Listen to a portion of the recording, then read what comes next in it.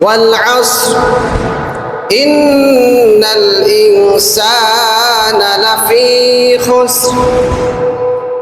আল্লাহ রাব্বুল আলামিন বলেন, সময়ের শপথ, দুনিয়ার যত মানুষ আছে সব মানুষ হলো ক্ষতির মধ্যে, সবাই ক্ষতির মধ্যে আছে।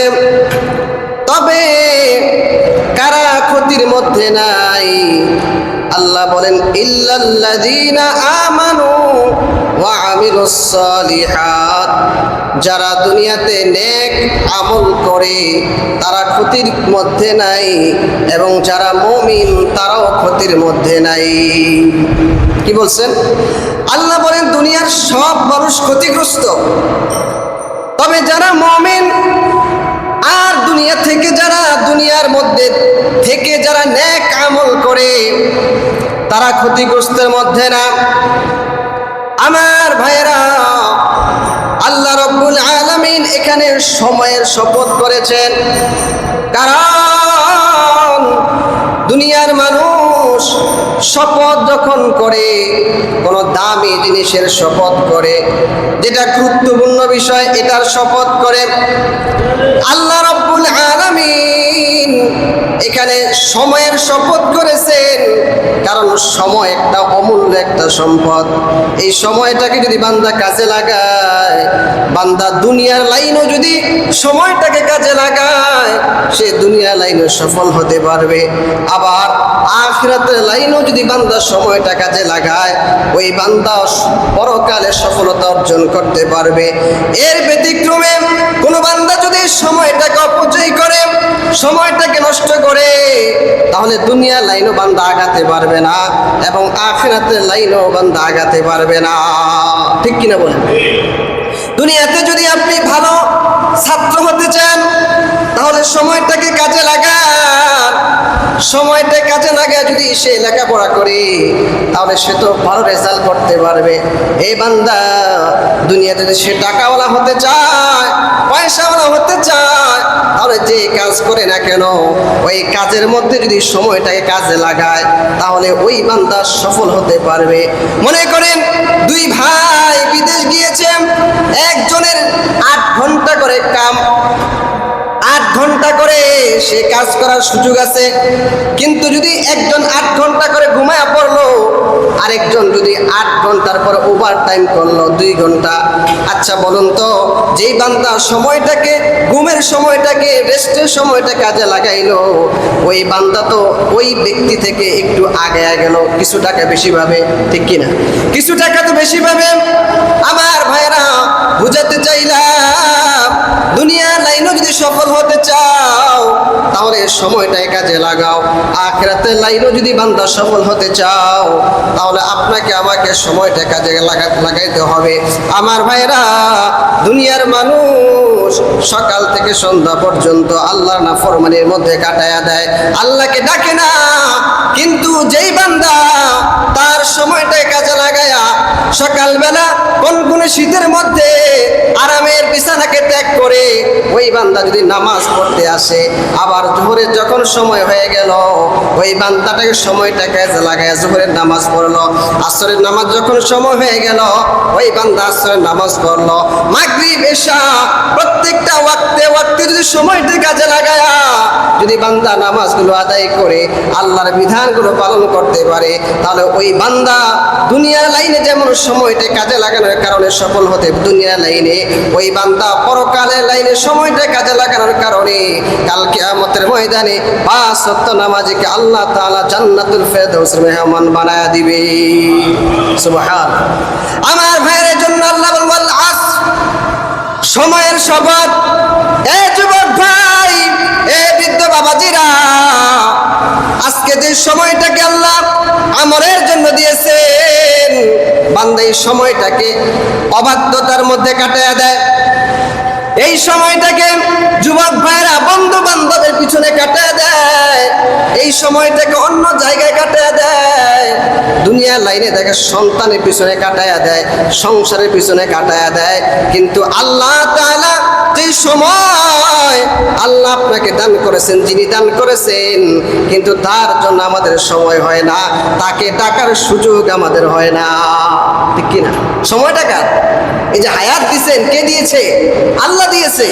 অথচ ওই আল্লাহকেই আমরা একটু সময় দিতে পাই। 24টা ঘন্টার মধ্যে 5 ওয়াক্ত নামাজ যদি আপনি সুন্দর করে উঁচু করে পড়েন, সর্বোচ্চ 1 ঘন্টা বা 1.5 ঘন্টাই লাগবে।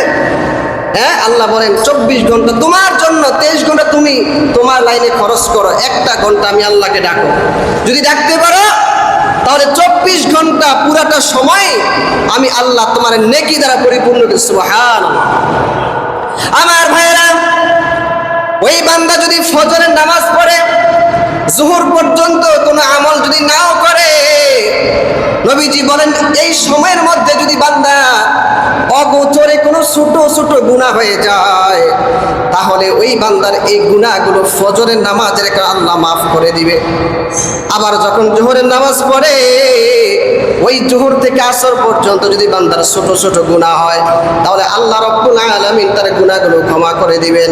আসর থেকে মাগরিব, মাগরিব থেকে ইশা, শুধু তাই নয়, আল্লাহ রাব্বুল আলামিন আপনার গুনাহগুলো ক্ষমা করেন। বিষয়টা এমন না, হাদিসে পাকের মধ্যে আসছে বান্দা যদি ইশারের নামাজ পড়ে ঘুমায়া যায়, তাহলে আল্লাহ রাব্বুল আলামিন তাকে অর্ধ রাত্র জেগে নামাজ পড়লে যে সওয়াব হবে, ইশারের নামাজ পড়ার কারণে আল্লাহ পাক তাকে এই পরিমাণ সওয়াব লিখে দিবেন। সুবহানাল্লাহ। শুধু তাই নয়, ইশারের নামাজটা জামাতে পড়লেন, ফজরের নামাজটা যদি জামাতে আদায় করতে পারেন, ওই সময়টা যদি আপনি ঘুমের মধ্যে কাটায়া দেন, নবীজি বলেন কেমন যেন সে সারা রাত্র দাঁড়ায়া দাঁড়ায়া আল্লাহকে ডেকেছে, নামাজ আদায় করেছে। সারা রাত্র দাঁড়ায়া দাঁড়ায়া নামাজ পড়লে যে সওয়াব হতো, ওই বান্দা ইশারের নামাজটা জামাতে পড়ার কারণে, ফজরের নামাজটা জামাতে পড়ার কারণে আল্লাহ পাক তাকে এই পরিমাণ সওয়াবের মালিক বানায়া দিবে। সুবহান, কত সুযোগ আমাদেরকে দিয়েছে। আমার ভাইয়েরা, এই সময়টাকে কাজে লাগাই না, অথচ দুনিয়ার জীবন, দুনিয়ার হায়াতের কত দাম। বান্দা যদি দুনিয়ার জীবনে আপনি একবার সুবহানাল্লাহ বলেন, একবার আলহামদুলিল্লাহ বলেন, আপনার কত পরিমাণ সওয়াব হবে। নামাজ পড়লে কি পরিমাণ সওয়াব আমরা বিভিন্ন সময় আলোচনার মধ্যে আপনাদেরকে বলি। অথচ কাল কিয়ামতের ময়দানে একটা নেকি দ্বারা 2 জন লোক জান্নাতে যাবে। নেকি কয়টা? নেকি কয়টা? যাবে কয়জন? একটা নেকি দ্বারা 2 জন লোক জান্নাতে যাবে। হুজুর কিভাবে? একটা নেকির কত দাম, কত দাম! কাল কিয়ামতের ময়দান যখন কায়েম হয়ে যাবে, জমিনটা হয়ে যাবে তামা, সূর্যটা মাথার উপরে চলে আসবে, মানুষগুলো পাগলের মতো হয়ে যাবে। ওই কঠিন মুসিবতের সময় এক ব্যক্তির আমলগুলো ওজন দেওয়া হবে, মাপা হবে। তার যেই পরিমাণ আমল আছে, ওই আমল দ্বারা সে জান্নাতে যেতে পারে না, শুধুমাত্র একটা নেক বাকি, মানে একটা নেকির জন্য সে জান্নাতে যেতে পারবে। আল্লাহ রাব্বুল আলামিন তাকে বলবেন, যাও যাও যাও, তোমার একটা নেকি প্রয়োজন, একটা নেকি নিয়ে আসো। ওই বান্দা একটা নেকির জন্য তার মার কাছে যাবে, বলবে মা, দুনিয়াতে আপনি আমাকে গর্ভে ধারণ করেছেন, কত কষ্ট করেছেন, প্রসব বেদনার কত কষ্ট। এ মা, আমি যদি অসুস্থ হয়ে যাইতাম, আপনি সুস্থ থাকতেন না, আপনি অসুস্থ হয়ে যাইতেন। এ মা, আপনার তুলনা হয় না, আজকে তো আমি আপনার সন্তান, আমি তো আজকে থেকে গেছি। ও মা, একটা নেকি দরকার, আমাকে একটা নেকি দেন। কিন্তু মনে রাখবেন, দুনিয়াতে যার যত টাকা বেশি তার পাওয়ার বেশি, সম্মান বেশি। আখিরাতে যার নেক আমল যত বেশি তার পাওয়ার তত বেশি। দুনিয়াতে হলো টাকা, পরকালে হইল কথা কয় না, পরকালে কি নেক আমল যার বেশি তার পরকালে পাওয়া। একটা নেকির কত দাম বুঝাইতে চাই। মা তখন বলবে, এ সন্তান, তোমাকে যদি একটা নেকি দিয়া দেই, আমি মা হতে পারে আমারও তো একটা নেকির জন্য জাহান্নামে যাওয়া লাগতে পারে। এ সন্তান, আমি তোমাকে একটা নেকি দিতে পারবো না। এবার সে মার কাছ থেকে বিদায় নিয়ে বাবার কাছে যাবে। এ বাবা, তুমি তোমার জীবন যৌবন সব কিছু বিসর্জন করে দিয়েছো আমার জন্য। বাবা, আজকে দেখা যায় বাবা নিজের জন্য এত পরিশ্রম করে না যতটা পরিশ্রম করে তার সন্তানের জন্য। যদি বলা হয় বাবা আপনি সকাল থেকে সন্ধ্যা পর্যন্ত গাদা খাটুনি এত কষ্ট কেন করেন, বলে আমার জন্য করি না, সন্তানের জন্য করি। কার জন্য করি? বা আমি এক পেট আমি কতটুকু খাইতে পারবো, বরং সন্তানের জন্য সে করে। এ বাবা, আজকে তো আমি থেকে গেলাম, আজকে আমার একটা নেকির প্রয়োজন, আমাকে একটা নেকি দেন। ওই বাবা বলবে না না, আমি আজকে তোমাকে একটা নেকি দিতে পারবো না। ভাইয়ের কাছে যাবে, এ ভাই দুনিয়াতে তুমি আমার প্রতি কত কষ্ট করেছো। বড় ভাই লেখাপড়া করে নাই, ছোট ভাইকে লেখাপড়া করাইছে। বড় ভাই কষ্টে ছিল, ছোট ভাইকে কষ্টে থাকতে দেয় নাই। ওই ভাইয়ের কাছে যাবে, একটা নেকির জন্য ভাই দিবে না। এভাবে স্ত্রীর কাছে যাবে, সন্তানের কাছে যাবে, কেউ তাকে একটা নেকি দিবে না, বরং সবাই রেখে সে পলায়ন করবে। ওই বান্দাকে দেখার পর তার মা পলায়ন করবে, বাবা পলায়ন করবে, সন্তান পলায়ন করবে, সবাই পালন করবে। এটা আমার কথা না, আল্লাহ রাব্বুল আলামিন পবিত্র কোরআনের মধ্যে বলেন, ইয়াউমা ইয়াফিরুল মারউ মিন আখিহি ওয়া উম্মিহি ওয়া আবিহি ওয়া সাহিবাতিহি ওয়া বানিহি। আল্লাহ বলেন ওই কিয়ামতের ময়দানে মা পলায়ন করবে, বাবা পলায়ন করবে, স্ত্রী পলায়ন করবে। যে স্ত্রী আপনাকে তো মহব্বত করত, সেই স্ত্রী আপনাকে সেদিন পলায়ন করবে। যে সন্তানের জন্য আপনি বাবা জীবন যৌবন শেষ করলেন, ওই সন্তান আপনাকে একটা নেকি সেদিন দিবে না। ওই বান্দা পেরেশান হয়ে যাবে, কোথায় গেলে একটা নেকি পাওয়া যায়। পেরেশান হয়ে ঘুরতে থাকবে। হঠাৎ কইরা এক ব্যক্তির সাথে সাক্ষাৎ হবে। এ ভাই, এত পাগল কেন, পাগলের মতো দৌড়াচ্ছ কেন? বলে ভাই তোমাকে বলে কি লাভ, তুমি তো অপরিচিত একটা ব্যক্তি। তুমি তো অপরিচিত ব্যক্তি।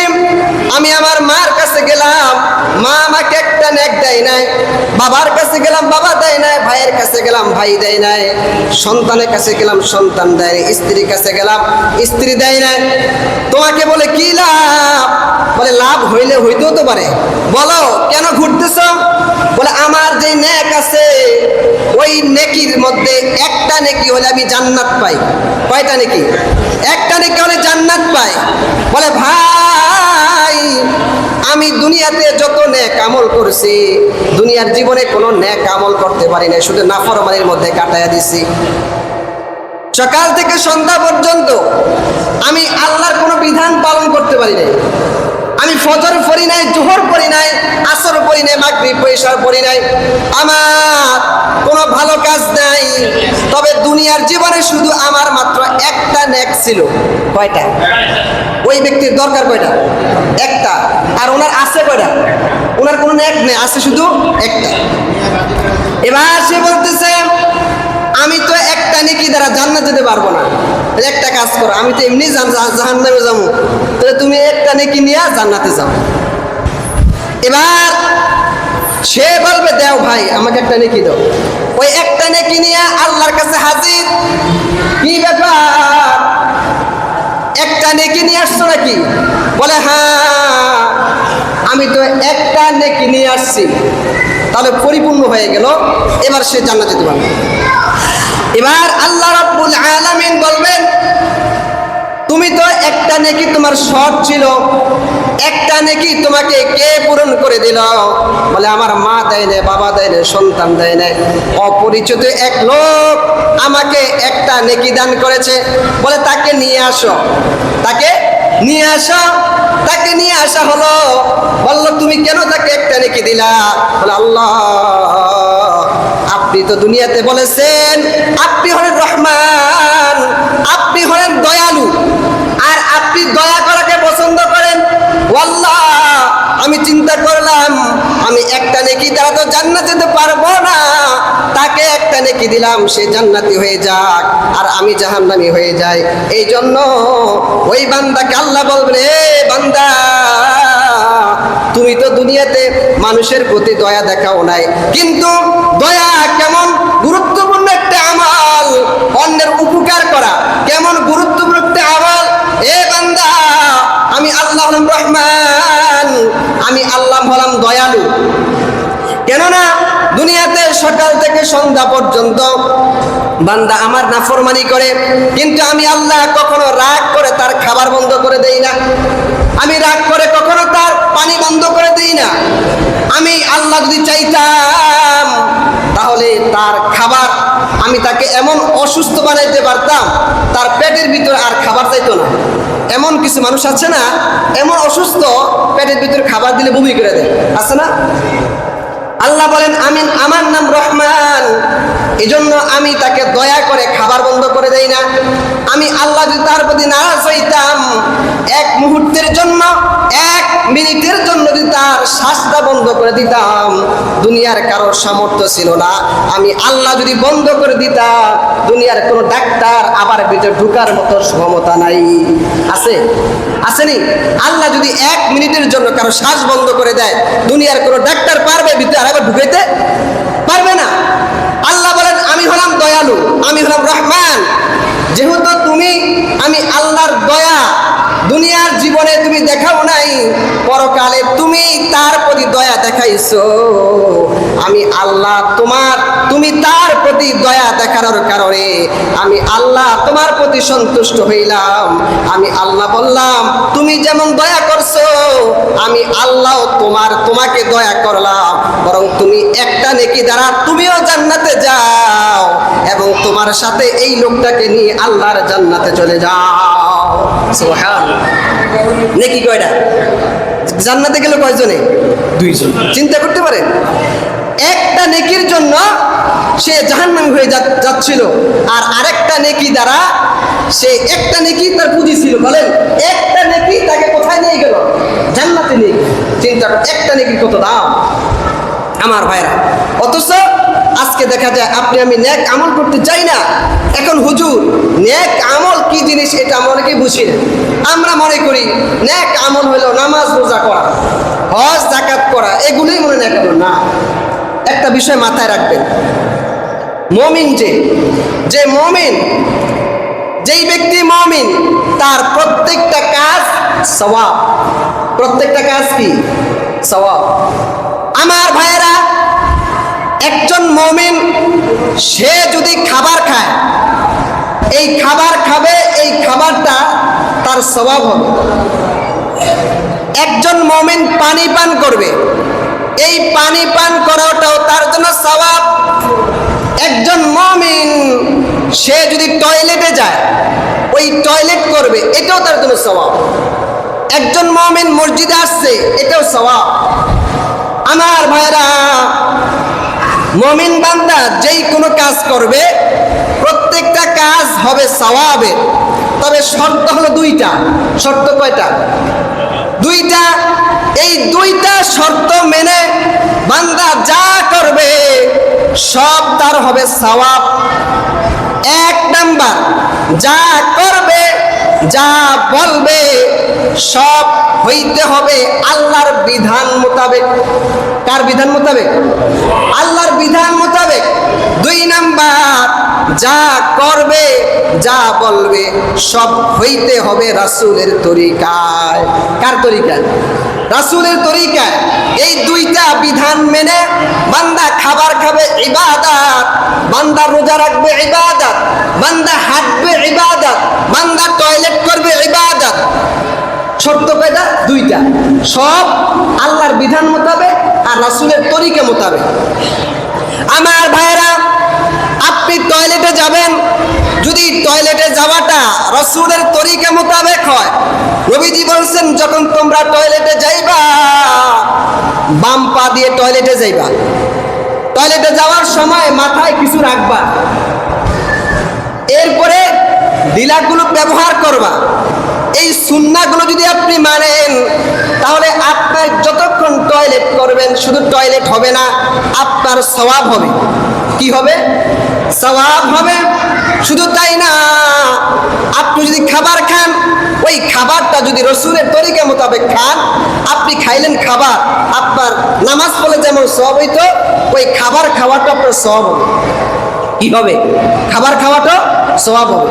কিন্তু আজকে দেখা যায় আমরা রসুলের সুন্নতগুলো আমাদের খবর নাই।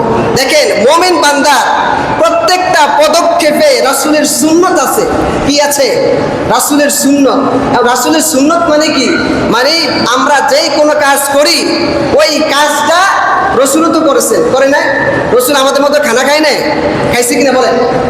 খানা খাইছে। রসুল টয়লেট করছে, রসুল হাঁটাচলা করছে, রসুল সব কাজ করছে আপনার আমার মতো। কিন্তু আমার ভাইরা, রসুল যেই কাজটা যেইভাবে করছে, এই কাজটা সেইভাবে করাটাই হলো রসুলের সুন্নত। রসুলের কি? সুন্নত। এটাকে মানলে আপনার সওয়াব হবে। যেই কাজ করবেন ওইটা মানলে আপনার সওয়াব হবে আমার ভাইরা। আর রসুল বলেছেন, আমার মুসলমানের জন্য, আমার উম্মতের জন্য এমন কোনো বিষয় নাই যা তাদেরকে বলে দেই নাই। রসুল আমাদের জন্য সব কিছু বলে দিয়েছে। কারণ আল্লাহ তাআলা আপনার আমার নবীকে পাঠাইছেন কি জন্য? উম্মতকে সঠিক পথ দেখানোর জন্য। আচ্ছা, রসুলের তরিকা মোতাবেক চললে, রসুলের দেখানো মোতাবেক চললে আপনি আমি কোথায় যেতে পারবো? আল্লাহর জান্নাত যেতে পারবো। এখন রসুল বলেছেন, আমি যেই কাজ করছি তোমরা সেই কাজ করবা। আমি যেভাবে নামাজ পড়ছি তোমরা সেভাবে নামাজ পড়বা। আমি যে সুন্নতের কথাগুলো বলছি এইভাবে করবা। এখন আমরা যদি রসুলের তরিকা ছাড়া অন্য পদ্ধতিতে যাই, তাহলে আমাদের সওয়াবের পরিবর্তে গুনাহ হবে। কি হবে? গুনাহ হবে। যেমন রসুল বলছেন 5 ওয়াক্ত নামাজ পড়বা। এখন এই 5 ওয়াক্ত নামাজের মধ্যে জোহরের নামাজ হলো, ফরজ হলো 4 রাকাত। কয় রাকাত? 4 রাকাত। এখন কেউ যদি বলে না আমি 4 রাকাত পড়বো না, আমি আজকে থেকে 5 রাকাত পড়বো, বলেন সওয়াব হবে না গুনাহ হবে? কেন আপনি বাড়ায় করলেন না? সওয়াব হবে? কেন হবে না? কারণ রসুল বলছে 4 রাকাত পড়তে। অতএব এখন আপনি যদি বাড়ায় পড়েন, তাহলে বিষয়টা এমন হইলো, আপনি মনে করলেন যেটা ভালো, কিন্তু বিষয়টা হলো এমন যে আমি বুঝছি 5 রাকাত, রসুল বুঝে নেয়, তা আপনি রসুলকে অপমান করলেন। যে রসুল ইসলামের আল্লাহর বিধানটাকে হয়তো সঠিকভাবে আমাদের কাছে পেশ করে নেয়, ঠিক কিনা?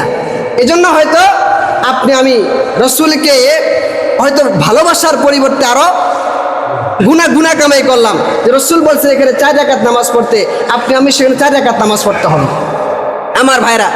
এখন দেখেন, ইসলামের প্রত্যেকটা বিধান আপনার আমার রসুলের তরিকা মোতাবেক করতে হবে। যেমন আপনি আমি যখন পানি পান করব, কি পান করব? পানি পান করব। এই পানি পান করার মধ্যে 6টা সুন্নত আছে। কটা সুন্নত? 6টা। এই 6টা সুন্নত আপনাকে আমাকে পালন করতে হবে। যদি আমি আপনাদেরকে জিজ্ঞেস করি যে আপনারা সবাই তো মোটামুটি পানি পান করেন, এমন কেউ আছেন যে পানি পান করেন না? আছেন? হ্যাঁ, সবাই আছেন না? কিন্তু এই পানি পান করতে হইলো আপনাকে এখানে নবীজি 6টা সুন্নত পালন করছে। এই 6টা সুন্নত আমি যদি জিজ্ঞেস করি, আল্লাহ জানে, হ্যাঁ আমরা কয়জন পারবো? হয়তো আমরা অনেকেই পারবো না। কিন্তু এই 6টা সুন্নত আমাদের জানা দরকার না? বলেন, জানা দরকার কিনা? আমি তো পানি তো অ্যাভেলেবেল খাই, এমন না পানি খাই না। রসুল এখানে 6টা সুন্নতের কথা বলছেন। পানি পান করতে 6টা সুন্নত। 1 নাম্বার, পানি যখন পান করবেন দেখে পানি পান করতে হইবে, রসুলের সুন্নত। দেখেন, এই রসুল যে দেখে পানি পান করতে বলছে কেন? আপনি যদি না দেখেন, হয়তো পানির ভিতরে বিষাক্ত পোকামাকড় থাকতে পারে কিনা বলেন? রসুল বললেন তুমি যখন পানি পান করবা, পানিটাকে আগে দেখো, এরপরে পানি যখন পান করবেন আপনি বসতে হবে। বসা এটা হলো সুন্নত। দাঁড়ায় পানি পান করা এটা সুন্নত না। আর দাঁড়ায়, বিজ্ঞানীরাও বলে যদি দাঁড়ায় পানি পান করা হয়, এই পানি পান করলে তার অনেক ক্ষতি হবে। প্রেশার, তার কিডনি সমস্যা হতে পারে, পাকস্থলীতে চাপ পড়ে। এই রসুল বলছেন যখন পানি পান করবা বৈশা পানি পান করবা। 3 নাম্বার, পানি যখন পান করবা বিসমিল্লাহ বলবা। কি করবা? বিসমিল্লাহ। দেখে বসে বিসমিল্লাহ। এরপরে ডান হাতে পান করতে হবে, ডান হাতে। তারপরে 3 শ্বাসে পান করতে হবে। কয় শ্বাসে? 3 শ্বাসে। এরপরে পানি পান করা শেষে আলহামদুলিল্লাহ বলতে হবে। আলহামদুলিল্লাহ। কি বলতে হবে? আলহামদুলিল্লাহ। এই 6টা সুন্নত পানির মধ্যে। এই 6টা সুন্নাত যদি আপনি পালন কইরা পানি খান, এই পানি পান করবেন, আপনার আমলনামায় সওয়াব লেখা হবে। সুবহানাল্লাহ। আপনি পানি খাইলেন কিন্তু আপনার আমলনামায় কি হবে? সওয়াব হবে। আচ্ছা বলেন তো, এই পানি পান করা কয়টা সুন্নত? 6টা। কয়টা? দেখে, আমার সাথে বলেন, দেখে, বসে, বিসমিল্লাহ, ডান হাতে 3 শ্বাসে আলহামদুলিল্লাহ। মানে সরার মতো বললাম আর কি, আমরা বাচ্চাদের মানে শিখাই সরার মতো। দেখে, বসে, বিসমিল্লাহ, ডান হাতে 3 শ্বাসে আলহামদুলিল্লাহ। কি বললাম? পানি পান করার কয়টা সুন্নত? 6টা। দেখে, বসে, বিসমিল্লাহ, ডান হাতে 3 শ্বাসে আলহামদুলিল্লাহ। দেখে, বসে, বিসমিল্লাহ, ডান হাতে 3 শ্বাসে আলহামদুলিল্লাহ। এই 6টা হলো শুধু পানি পান করার সুন্নত। এভাবে আমি যখন খাবার খাবো, এই খাবার খাওয়ার মধ্যে আপনার আমার অনেকগুলো সুন্নাহ আছে, অনেকগুলো করণীয় আছে। এই যে মসজিদে আসছে, এই মসজিদে আসারও 5টা সুন্নত আছে। কয়টা? 5টা। এখন যদি জিজ্ঞেস করি আমরা কয়জন বলতে পারবো? বলেন, বলতে পারবো? মসজিদে আসছেন, এখানে 5টা সুন্নত আছে। আমি হয়তো যেই বিষয়গুলো আপনার আমার দৈনন্দিন দরকার, এই বিষয়গুলো হয়তো আপনার আমার পালন করা হয় না, অথচ আমরা দেখা যায় ইসলামের অনেক দূরবর্তী বিষয়গুলো নিয়ে আমি পেরেশান হয়ে থাকি, অথচ ইসলামের অনেকগুলো গুরুত্বপূর্ণ বিষয় আছে যেগুলো আপনার আমার জানা নাই। আমার ভাইরা, এই বিষয়গুলো, এই সুন্নাহগুলো আপনাকে সর্বপ্রথম জানতে হবে এবং সর্বপ্রথম পালন করতে হবে। দেখেন 5 ওয়াক্ত ফরজ নামাজ, 5 ওয়াক্ত ফরজ নামাজে আপনার আমার সূরা কেরাত লাগে কিনা? বলেন, সূরা কেরাত লাগে কিনা? সূরাগুলো লাগে। যদি নামাজ পড়েন আর কারো যদি নামাজের মধ্যে সূরা না পড়ে, তার নামাজ হবে? নামাজ হবে না। এরপরে বিতিরের নামাজ পড়ি, কি পড়ি? বিতিরের নামাজ পড়ি না? তো বিতিরের নামাজ যখন 2 রাকাত শেষ করলাম, 3য় রাকাতে যখন আল্লাহু আকবার বললাম, উল্টা তাকবীর পড়া, সেখানে কি পড়তে হয়? দোয়া কুনুত পড়তে হয় না? এখন দোয়া কুনুত অনেকে পারে না, পারেন? এখন দোয়া কুনুত তো পারেন না। দোয়া কুনুত পড়া তো ওয়াজিব। দোয়া কুনুত না পড়লে তো বিতির নামাজ হবে না। আপনারা কখনো তো আমাকে এই বিষয়টা কখনো প্রশ্ন করলেন না, জিজ্ঞাইলেন না যে হুজুর, আমরা যে বিতির নামাজ পড়তে দোয়া কুনুত পাই না, আমরা কি করব? বলেন। দেখেন, আমাদের ফরজ, ওয়াজিব, সুন্নাত এগুলো নিয়ে আমাদের কোনো কথা নাই, কোনো মাথা ব্যথা নাই। কিন্তু আমাদের অনেক দূরবর্তী বিষয়, ফরজ না, ওয়াজিব না, সুন্নাত না, মুস্তাহাব না, এমন অনেক ইসলামের দূরবর্তী বিষয় নিয়ে আমাদের অনেক প্রশ্ন, অনেক জাগে। হুজুর, এটা জায়েজ না না জায়েজ, এটা করবো নাকি করবো না? দেখেন, আমাদের শরীরের সতর কতটুকু? সতর পুরুষের নাভি থেকে হাঁটু পর্যন্ত ঢাকা ফরজ। হ্যাঁ, এরপরে আমি প্রথমে কি করলাম? প্রথম লুঙ্গি পরলাম, তারপরে গেঞ্জি, তারপরে জামা, তারপরে এইটা, ঠিক না? দেখেন, এইটা যদি আমি না পড়ি আমার কোনো গুণ হইব? মৃত্যুর আগ পর্যন্ত আমি এটা পড়লাম না, কোনো গুণ হইব? কিন্তু 1 মিনিটের জন্য যদি আমার লুঙ্গি না থাকে, আমার কি হবে? কি হবে? গুনাহ হবে, ফরজ নাই। তাহলে আমি ইসলামের ফরজের বিষয় নিয়ে কোনো মাথা ব্যথা নাই। ফরজ, ওয়াজিব, সুন্নাত দেখা যায় ফজরের নামাজে, আজকে এমন একটা শুক্রবার দিন, আমরা ফজর নামাজ পড়তে মাত্র 3 থেকে 4 জন। এই এলাকায় নামাজ মুসল্লি কম, বলেন? 100টা ঘর, 100-র উপরে ঘর, 100 ঘরের মধ্যে প্রায় 100 জন মুসল্লি আছে। তাহলে আপনি যে ফজর নামাজ পড়লেন না, এই বিষয়ে তো কখনো আপনার কোনো মাথা ব্যথা নেই।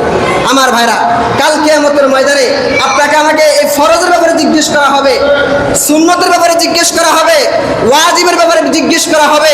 কিন্তু আপনাকে সুন্নত, নফল, মুস্তাহাব, অনেকে দেখা যায় তাহাজ্জুদ নামাজ আপনি যদি জীবনও না পড়েন, তাহাজ্জুদ নামাজ একটা ভালো নামাজ না?